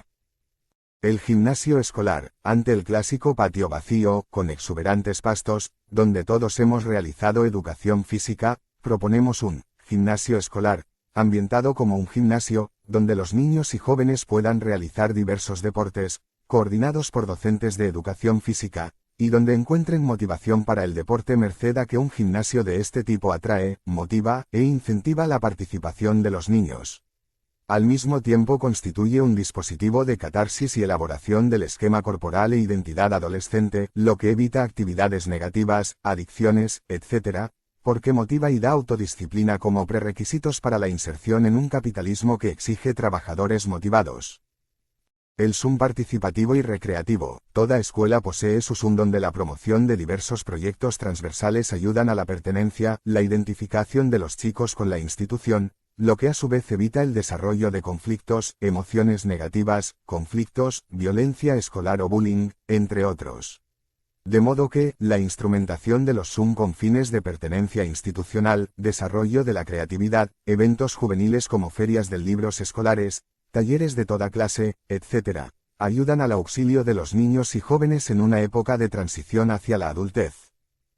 El Ciber, Salón de Informática Ampliada, hacia 2010 y en oportunidad en que yo era el director de una escuela secundaria, surgió la idea de utilizar la sala de informática como cibersala de juegos para las HS libres, los sábados en el programa Patios Abiertos, que resultó muy positivo para los chicos. Además, era utilizado con fines didácticos y hasta los juegos se caracterizaban con contenidos pedagógicos. El objetivo era la participación, promoción de la pertenencia, la sublimación como mecanismo psicológico de utilización de las energías negativas en actividades productivas, culturales y escolares. El laboratorio de idioma, se aprende a hablar hablando y lo mismo con los idiomas, por lo que, y en el marco de dicha institución citada, surgió la idea de crear un laboratorio de idiomas, para el incentivo de la participación, evitar conflictos, reorientar las energías juveniles hacia fines productivos y lograr una institución que no tiene tiempo para la violencia escolar o la promoción de otras conductas negativas. Solo faltaba el programa interactivo de inglés que se consiguió y el auricular. Súper barato, y comenzamos así nuestro laboratorio de idiomas en la secundaria estatal. Como dispositivo pedagógico, didáctico resulta un atractivo y valoración de la institución como lugar en que los niños y jóvenes son importantes, que estamos para ellos, que les brindamos enseñanzas de calidad y donde todo se orienta hacia el derecho a la educación. El criterio filosófico del Ubuntu, como filosofía compartida, donde o somos felices todos o nadie, excluyendo el individualismo egoísta y competitivo del capitalismo. Urgencia escolar y PAP. Ya en mi primeros auxilios mentales en educación, como precursor de los PAP en la actualidad, desarrolle diversos enfoques para afrontar los casos emergentes de urgencias educativas. En este caso vamos a sugerir algunas líneas de intervención en institucional y desde cada rol, así como desde el dispositivo en red, a los fines de que los casos de urgencias puedan recibir el tratamiento adecuado tanto desde el factor humano institucional como desde los profesionales pertinentes a cada problemática. Intentos de suicidios. Puede resultar operativo la realización de un diagnóstico institucional de salud mental, con un cuestionario breve elaborada por el EOE, equipo institucional, profesores de psicología, psicopedagogos, etc., a los fines de detectar cuestiones emocionales, problemáticas, padeceres de los alumnos, etc. Recuerdo cuando integraba el EOE de una escuela, solíamos realizar tal diagnóstico en cada aula, agregando además dibujo libre, donde los chicos dibujaban lo mejor de su vida de un lado de la hoja y lo peor del otro, pudiendo agregar frases, ideas, etc. Acto seguido, teníamos la lista de problemáticas y procedíamos a citar a tales en gabinete a los fines de recabar más datos. En los casos de alumnos depresivos o con otras problemáticas emocionales, procedíamos a profundizar el caso a los fines de la prevención. Los casos con ideación suicida, con antecedentes de haber atentado contra sí, procedíamos desde el dispositivo en red, activando la familia, realizando seguimientos, derivaciones al psicólogo, proyectos preventivos vinculados desde materias como psicología, etc., tanto como la preparación del aula o curso a los fines de que él sea continente, empático, etc., desde el enfoque de inteligencia emocional. El profesor consejero y mediador solía informarnos de toda novedad, así como el delegado del curso, con lo que, el dispositivo panóptico positivo, para el seguimiento y a los fines de la intervención preventiva, resultó promisorio. Por otro, y como forma de prevención extrínseca del suicidio, procedíamos alarmados de proyectos áulicos transversales de diversas índoles, así como la articulación con los profesores más comprometidos como el profesor de educación física, que era muy empático, flexible, que llegaba a los y las alumnas y podía orientarlas en el sentido de salida del pesimismo radical de los sujetos depresivos, activar el buen humor, el armado de actividades participativas como campeonatos de vóley, taekwondo académico, entre otros. Pero lo verdaderamente crucial en los casos de ideación suicida, así como los casos que han pasado al acto como francos intentos de suicidios, es la intervención en red, activando la alarma con familiares, amigos, el grupo escolar, el EOE, la derivación al psicólogo y al psiquiatra, así como el profesor consejero, los mediadores, etc., como forma de red de contención y apoyo para tales casos. Casos de ASI. Sin lugar a dudas que los docentes poseemos lineamientos y protocolos para intervenir en los casos de abusos sexuales e incluso ante su presunción. Son los lineamientos conocidos y a ello agregamos la intervención preventiva y de empoderamiento, a los fines del derecho reparatorio de toda víctima de ASI. En el marco del dispositivo en red, así como de proyectos preventivos e informativos en diversas materias y en el marco de la Ley 26.150 de promoción de la ESI, intervenimos promoviendo actividades, proyectos específicos, como tema transversal, articulado al centro de estudiantes, el centro de mediación, la conserjería escolar, etc. La intervención reparatoria o restitutiva implica también la derivación al psicólogo, para que la terapia pueda lograr la elaboración del trauma sexual y restituir una identidad tanto de género como sexual lo más sano posible. Constituimos así una forma de empoderamiento y reparación de la identidad sexual dañada por el abuso y que puede comprometer el futuro emocional de niños y jóvenes. Desde la intervención preventiva y de promoción de la salud sexual, sembramos toda una cultura preventiva donde los niños adquieren herramientas para poder detectar, denunciar y resguardarse de los psicópatas sexuales. Incluimos además las redes virtuales de la escuela, la conformación de grupos WhatsApp institucionales, canales de comunicación fluidas a los fines de que la familia, la escuela y los niños puedan retroalimentarse y lograr una escuela transparente, preventiva, de empoderamiento de la niñez y donde la información, los proyectos preventivos, el diálogo central, valorada y fructíferas con la nueva generación logren efectos preventivos sustanciales. La sociología clínica de Vincent de Gaulejac. La sociología clínica de Vincent de Gaulejac y su foco en los proyectos de vidas, en dispositivos grupales donde los chicos historizan su vida, relatan sus experiencias, miedos, traumas, ideales, etc., que son trabajados en el marco grupal.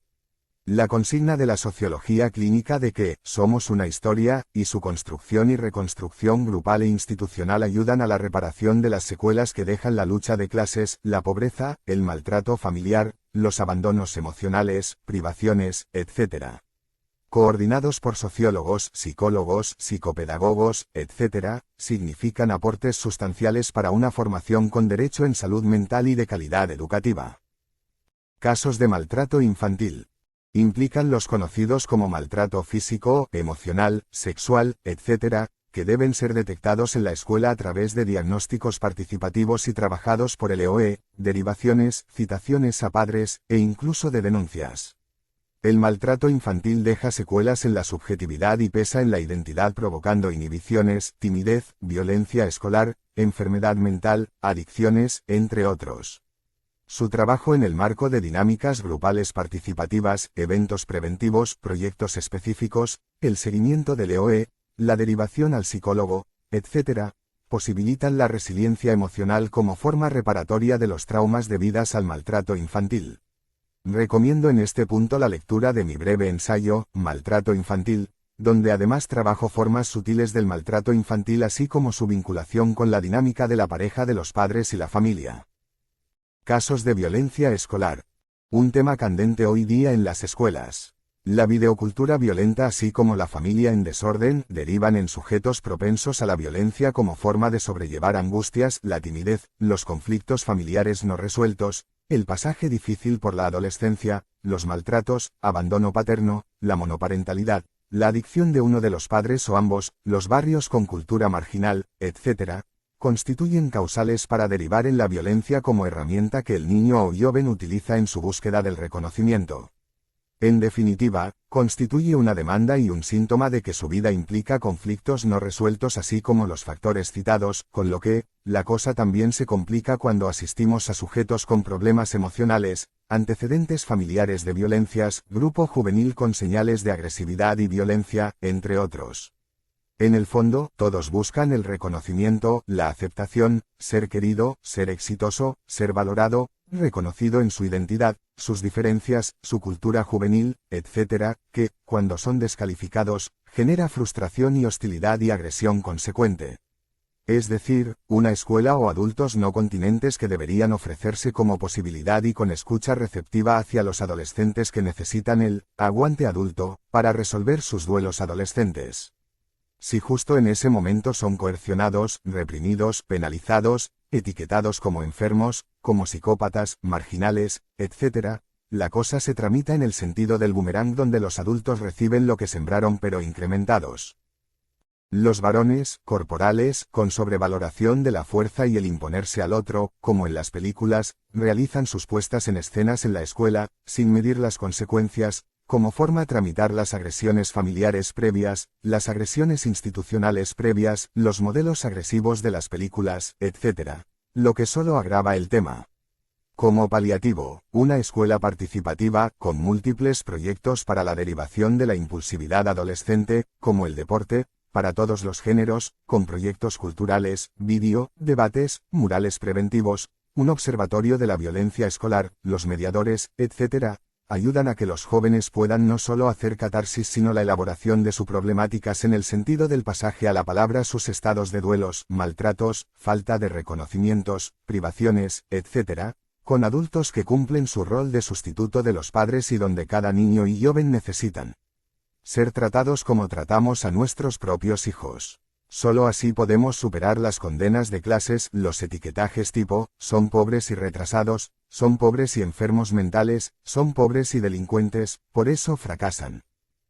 Adolescencia difícil. De por sí, la adolescencia constituye un momento difícil de pasaje, de duelos por la infancia, como momento de desprendimiento del mundo adulto para forjarse una cosmovisión propia, además de la brecha generacional con sus conflictos de ideas, profundamente emocionales, con jóvenes que se aíslan, otros participativos, algunos con problemas emocionales, entre otros. Es un momento psicológico y de desprendimiento de los adultos, de duelo por la dependencia de los mismos, de diferencias y de necesidad de que el joven adhiera ahora a su generación, participe en sus grupos de parejas, comparta ciertas culturas juveniles, ideales, etc., como forma común de pasaje difícil por la adolescencia. Pero es posible que muchos no puedan elaborar tal proceso y permanezcan en estado infantil, adherido al modelo de mundo adulto, con lo que, atrapados y alienados, no logran el desasimiento de los mismos para ser como sus iguales. Al contrario, son diferentes a los otros y puede que se refugien en ideologías, en el ciberadicción, en las adicciones, ser atrapado por sectas religiosas, fracasar en los estudios, o por el contrario, intentar ser como los adultos, desde una reacción contra lo infantil, luchando por ser reconocido, entre otros. En este espectro de posibilidades, muchos adolescentes manifiestan problemas emocionales, se aíslan, se tornan defensivos, sufren de depresión, del rechazo adulto, así como de comportamientos adictivos, tanto a sustancias como el ciberadicción, cuando no de conductas marginales, sumarse a grupos delictivos, comprometiendo enormemente su proyecto de vida.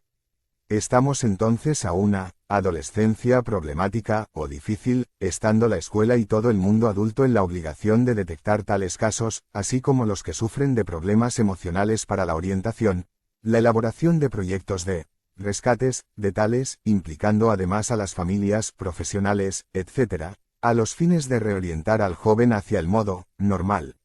A veces se denomina adolescencia difícil a los que padecen de problemas emocionales como depresión, comportamientos adictivos, marginales, violencia juvenil, problemas graves de comunicación en la familia, en el grupo escolar así como la aparición de conductas defensivas, síntomas de ideación suicida, neurosis, estrés postraumática consecutivos a abusos sexuales, maltrato emocional y físico, entre otros. Precisamente, para estos casos tanto como en la adolescencia normal y sus problemáticas, el pedido de un psicólogo en la escuela tanto como un médico y un trabajador social para tratamientos específicos de los casos sin que se tenga que derivar cuando las familias pobres no acceden muchas veces ni a una alimentación adecuada. Las tribus urbanas y su papel como grupo de empoderamiento juvenil. Son las culturas juveniles como grupos culturales adolescentes cuya función consiste en la inserción progresiva en lo social, participar de las prácticas juveniles propias de la edad, el desarrollo moral de los chicos, el contacto con el otro sexo, el amor, la cultura, el deportes, etc., aunque muchas veces tales grupos devengan lugares donde comparten comportamientos adictivos, sexualidad de riesgos sin cuidarse, comportamientos delictivos, entre otros. El asesoramiento a docentes y familias respecto de tales y su función ayudan al apoyo de los jóvenes y la prevención de las conductas negativas citadas. Pero nos interesa un uso educativo de tales grupos porque se pueden conformar culturas juveniles escolares, estudiantiles en el marco de la ESI como herramienta de participación y donde además se incorporen enseñanzas vinculadas al derecho a la diversidad, los valores de géneros, la prevención de la violencia de géneros y el empoderamiento de los jóvenes. Motivados por los docentes, asesorados para realizar proyectos juveniles culturales, de géneros, etc., así como de movimientos juveniles, el centro de estudiantes, etc., pueden constituir herramientas para socorrer a la adolescencia difícil, orientar a los mismos hacia la participación social y política así como de aprendizajes sustanciales sobre los temas citados. Problemas de límites en la escuela, los límites éticos y el desarrollo moral.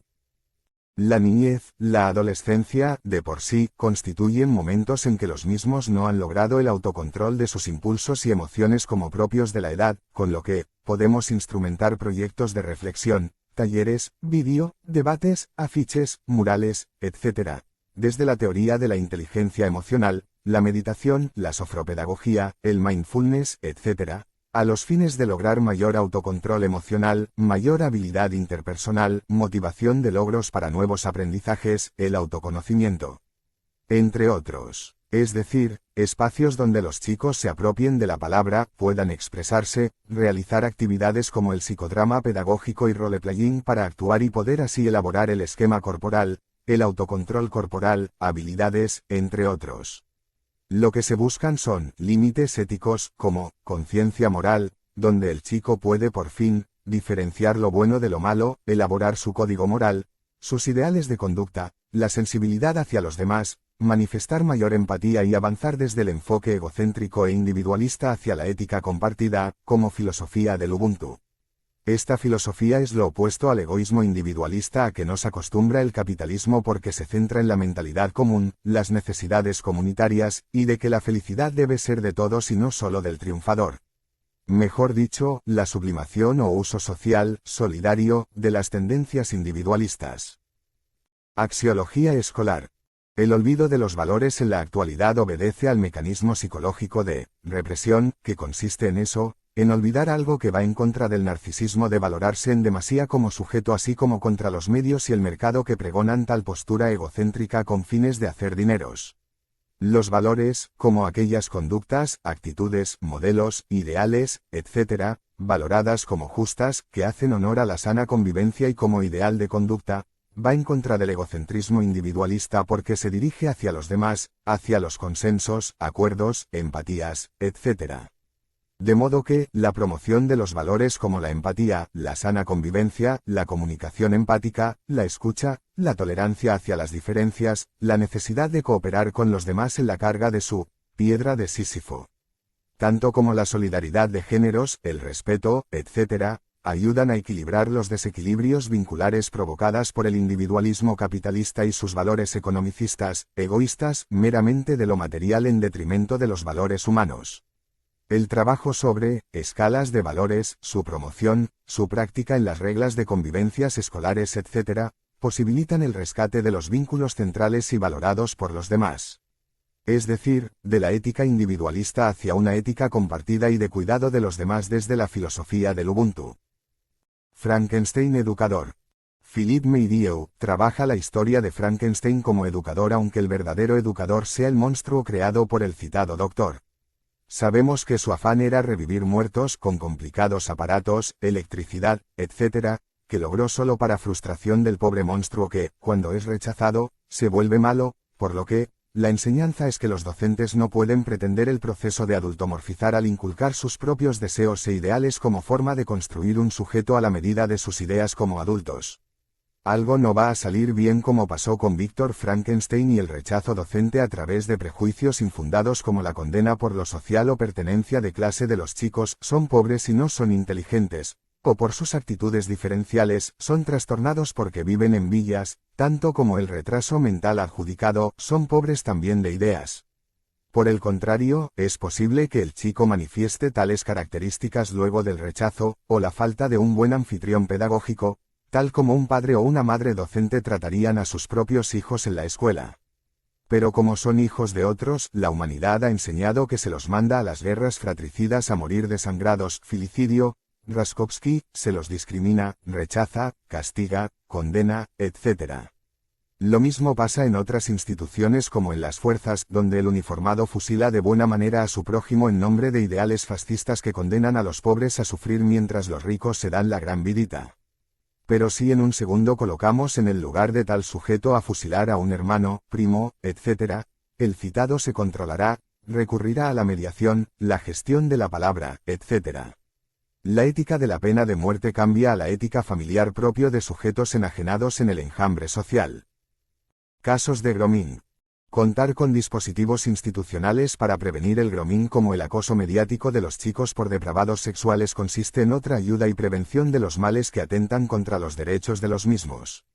observatorios, talleres, centros, periódico escolar, centros de mediación, programas específicos, charlas de especialistas, cortos preventivos, teatro escolar preventivos internos o realizados por actores que recorran escuelas, así como la inclusión del tema en la programación áulica e institucional ayudan a socorrer a los niños de tales peligros tan patentes hoy día.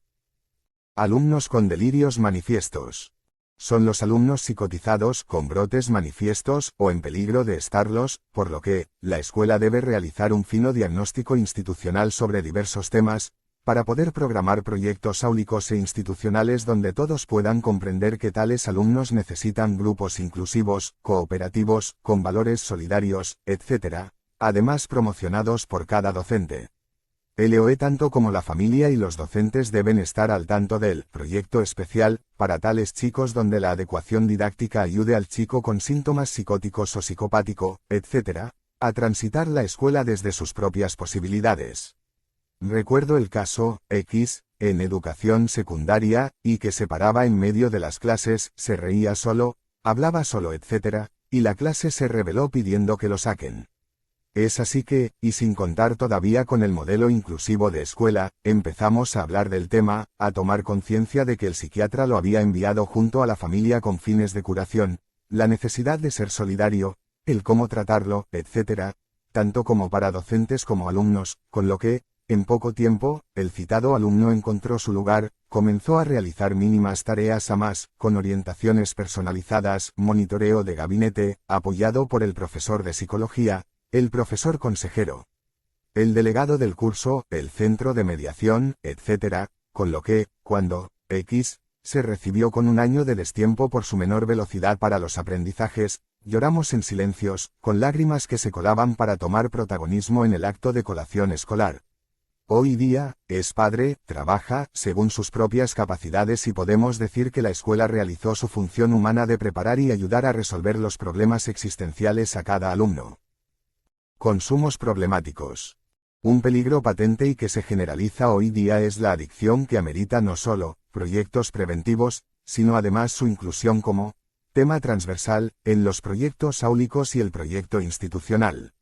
Sumado a tales, la creación de dispositivos juveniles, o proyectos coordinados por los mismos niños y jóvenes, como mesa redonda, café literario preventivo, cortos preventivos, observatorios, charlas de especialistas, murales preventivos, campeonatos en nombres de la prevención, afiches, libros colectivos con resúmenes y frases, etc., de los niños y jóvenes, ferias de ciencias, biblioteca preventiva, grupos de autoayudas, grupos de reflexión, consejerías juveniles preventivos, etc., como formas de prevención inespecíficas y específicas.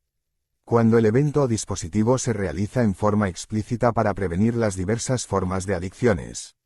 La deporterapia así como los intitulados patios abiertos ayudan a que los jóvenes permanezcan en la esquina en las fauces de los que trafican porque de por sí, el deporte y los talleres orientan hacia fines culturales y deportivos a los niños y jóvenes propensos al consumo por motivos emocionales, conflictos familiares, monoparentalidad problemática, etc.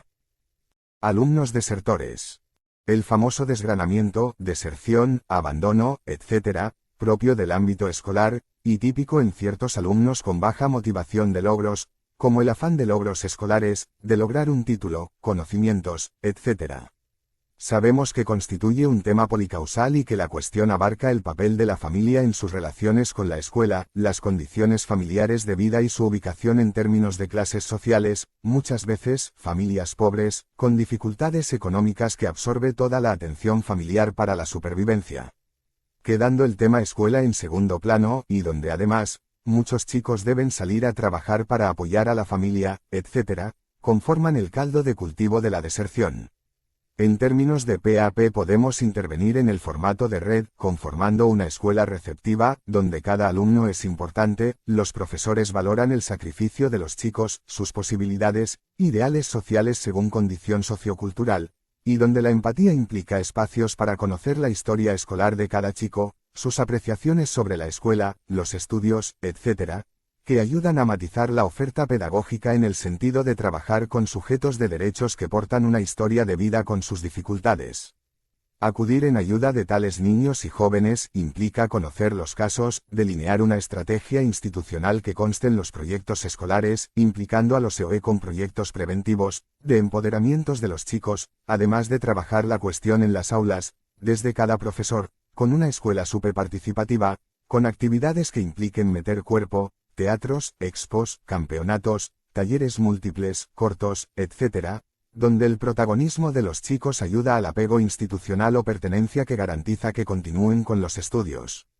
Además, una vez detectados los casos y a través del OS, ir a las casas, charlar con los padres no como notificación fehaciente sino en forma central, valorando la historia del chico, estando preocupado por los mismos, con docentes en rol de docente recuperador de alumnos, etc., lo que redundará en que tales familias puedan organizarse a los fines de enviar al chico a la escuela. Sabemos del derecho a la educación y que la normativa es clara, pero las condiciones de pobrezas, hacinamientos, baja expectativa cultural, con menor valorización de los estudios, etc., operan a contrapelo de tales normas ideales. Entonces, podemos procesar el tema en forma intrínseca como problemática propia a tratar de revertir en forma conjunta, con diversos proyectos, etc., tornando a la escuela en un lugar atractivo, con ofertas educativas varias, pero además, podemos acudir a intervenciones indirectas, extrínsecas, como los dispositivos escolares de inclusión o DEI, que pasamos a detallar porque implican ámbitos de participación y expansión de los aspectos lúdicos, creativos, emocionales, intelectuales, etc., de los niños y jóvenes. Centros de estudiantes, centros de mediación para la convivencia, el gimnasio escolar nutrido de recursos como en los gimnasios privados, gabinete digital con tecnologías de última generación merced a que los niños se encuentran hipnotizados por las tecnologías, donde además, resulta posible incluir juegos pedagógicos digitales que ofician de ciberescolar. Podemos programar y concretar campeonatos deportivos como pedagogías deportivas, observatorios de géneros, de la violencia escolar, de los valores, ofertas educativas en contraturnos como ajedrez, arte-pedagogía, talleres literarios, entre muchos otros dispositivos que tornan a la escuela como un lugar atractivo. Embarazo adolescente y maternidad adolescente. Son los casos de adolescentes que ya poseen parejas, esperan un hijo y requieren del acompañamiento no solo familiar sino además de la escuela, como ámbito de conocimientos sobre el embarazo, parto y puerperio, además de la puericultura como conjunto de conocimientos sobre cómo criar al hijo en gestación. Además del trabajo sobre la continuidad de los estudios de la joven, facilitando tareas desde todos los docentes, tanto en formato presencial como virtual, logrando que el tránsito por la maternidad sea realizado conjuntamente con la carrera, logrando interesar a la joven a los fines de continuar con sus estudios en los casos en que el embarazo sea tomado como impedimento para continuar. Al mismo tiempo, en tales casos podemos asistir a casos de abusos sexuales, de incestos, de trata sexual, con lo que, el EOE, docentes tutores, el equipo de dirección, etc., deben indagar con sumo cuidado las condiciones de vida de la joven a los fines de poder conocer bien el caso. Desde ya que en tales casos la ESI no ha llegado a destino y puede resultar operativo orientar a la joven hacia conocimientos sobre el tema, tanto como a su pareja y familia, porque el tema implica que los métodos anticonceptivos y cuidados de sí en materia de sexualidad no han dado sus frutos. Es la forma de garantizar los derechos de los niños y jóvenes y poder delinear propuestas de solución. Alumnos en situación de calles. Son los chicos que deben salir a cartonear, a mendigar, etc., estando expuestos a situaciones de riesgos como la explotación sexual, ser violados, expuestos al consumo de drogas, alcohol, la delincuencia, etc., merced a que en las calles asistimos a los promotores de tales transgresiones. Los niños toman tales ejemplos y en poco tiempo se tornan a su vez marginales, con lo que, el proyecto de vida se va a pique. Por su parte, la familia aduce que es un tema de supervivencia, que no poseen recursos, que el niño que sale a las calles es el salvador de la familia al proveer a sus hermanos de comidas, con lo que, la pertenencia a la clase pobre reedita condiciones y estilos de vidas negativos. Es allí donde la escuela puede jugar su apuesta a favor de rescatar a tales niños de la condena social de la pobreza. Es un tema no solo escolar sino intersectorial como muchos de los temas que problematizamos, con lo que, toda propuesta debe considerar que los responsables no son solo las familias sino además la escuela y el Estado con sus agentes deseosos de lograr la resolución de tales problemáticas sociales.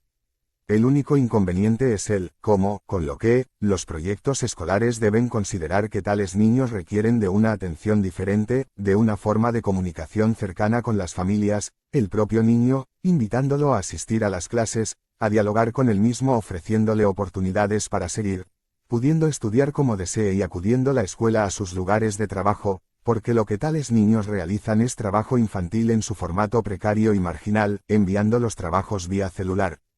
conformando responsables desde el EOE, el equipo distrital, los CIC, subbarriales, voluntariados de universidades cercanas, iglesias, etc., con el objetivo de que muchas personas apuesten por tales niños y puedan a su vez ayudar a tales familias a los fines de que sus niños puedan estudiar como un derecho propio.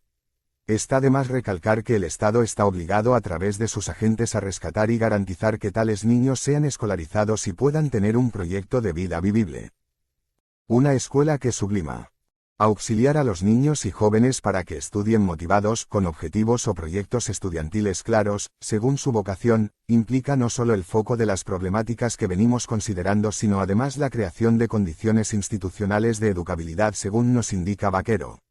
A ello le agregamos el psicoanálisis pedagógico como concepción educativa de tal disciplina y donde decimos que una escuela que educa, que logra éxitos escolares, sujetos con valores morales compartidos, con límites éticos, empáticos, con proyectos de vidas saludables en una sociedad muy poco sensata, etc. Es una escuela que sublima.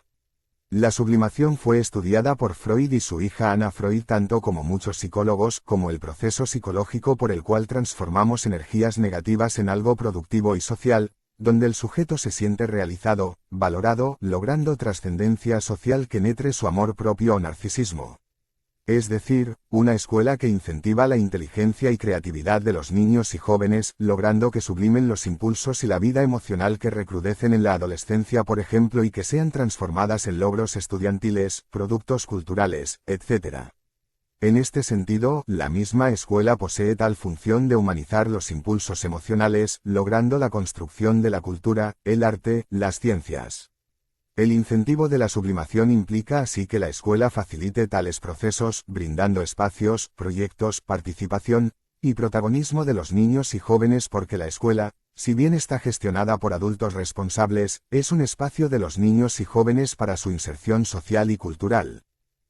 Creática. El uso de la creática como disciplina del incentivo de la inteligencia creativa, de tipo divergente, considerando por ejemplo la propuesta de las inteligencias múltiples, de Howard Gardner, pueden ayudar a los chicos a desarrollar su inteligencia y creatividad en un mundo cambiante.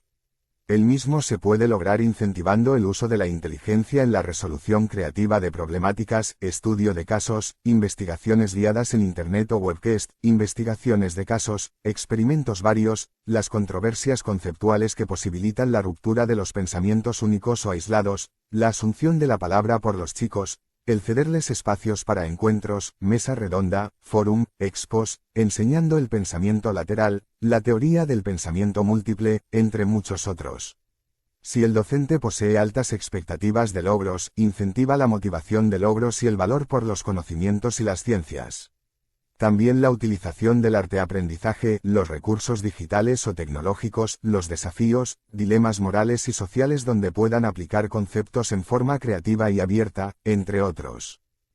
Orientación y asesoramientos. Crear centros de orientación y de asesoramientos para jóvenes y niños ayuda a que puedan disipar dudas, realizar consultas sobre temas que les preocupan además de constituir dispositivos de sondeos, monitores y observaciones de los mismos.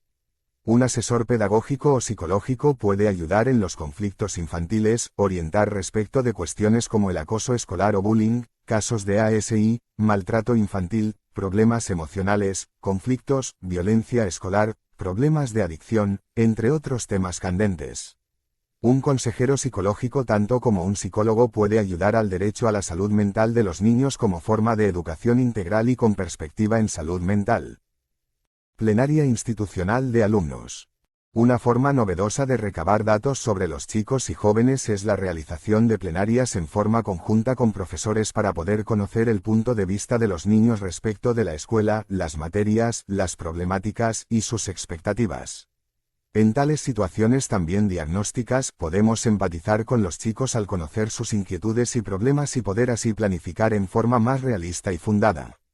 De modo que, las plenarias conjuntas pueden ayudar a la democracia escolar, la mayor participación de los chicos en cuestiones institucionales así como el protagonismo en la resolución conjunta de las cuestiones.